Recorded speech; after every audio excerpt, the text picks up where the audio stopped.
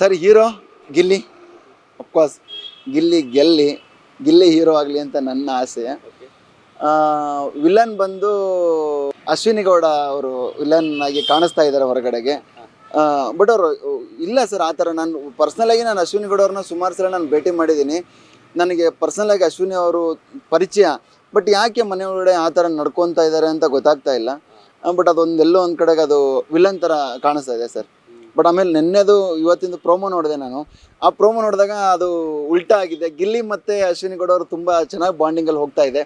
ಆ ಥರ ಏನಾದರೂ ಹೋದರೆ 100% ಇಬ್ಬರು ಫಿನಾಲೆಯಲ್ಲಿ ಇರ್ತಾರೆ ಅಂತ ಅನ್ಸುತ್ತೆ ಸರ್. ನಮ್ಮ ಜೀನಿ ಸ್ಲಿಮ್ನ ಯೂಸ್ ಮಾಡಿ 8 ತಿಂಗಳಲ್ಲಿ 55 kg ಸಣ್ಣ ಆಗಿದ್ದಾರೆ. ಜೀನಿ ಸ್ಲಿಮ್ ತಗೊಂಡು ಈಗ ಫಿಟ್ ಆಗಿದ್ದೀನಿ ಅಂತ ಔಟ್ ಸೈಡ್ ತಿನ್ನೋದ್ ಬದಲು ಇದನ್ನ ತಗೊಂಡ್ರೆ ನಾವು ಸಣ್ಣ ಆಗ್ಬೇಕಂತ ಜಿಮ್ಮಿಗೆಲ್ಲ ಹೋಗ್ತೀವಿ, ರಿಸ್ಕ್ ತಗೋತೀವಿ. ಎನರ್ಜಿ ಡ್ರಿಂಕ್ ಆಗಿ ನಾವು ಜೀನಿ ಸ್ಲಿಮ್ ತಗೊಂಡ್ರೆ ಒಳ್ಳೆ ರಿಸಲ್ಟ್ ಬರುತ್ತೆ. ಮತ್ತೆ ಅದರಿಂದ ಯಾವ್ದು ಸೈಡ್ ಎಫೆಕ್ಟ್ ಇಲ್ಲ, ಎಲ್ಲ ಆರ್ಗ್ಯಾನಿಕ್. ಬೇಗ ಸಣ್ಣ ಆಗ್ತೀರಾ, ಫ್ಯಾಟ್ ಲಾಸ್ ಆಗ್ತದೆ, ಮತ್ತೆ ಸ್ಕಿನ್ ಗ್ಲೋ ಕೊಡ್ತದೆ, ಮತ್ತೆ ತುಂಬಾ ಎನರ್ಜಿ ಆಗಿರ್ತೀರಾ.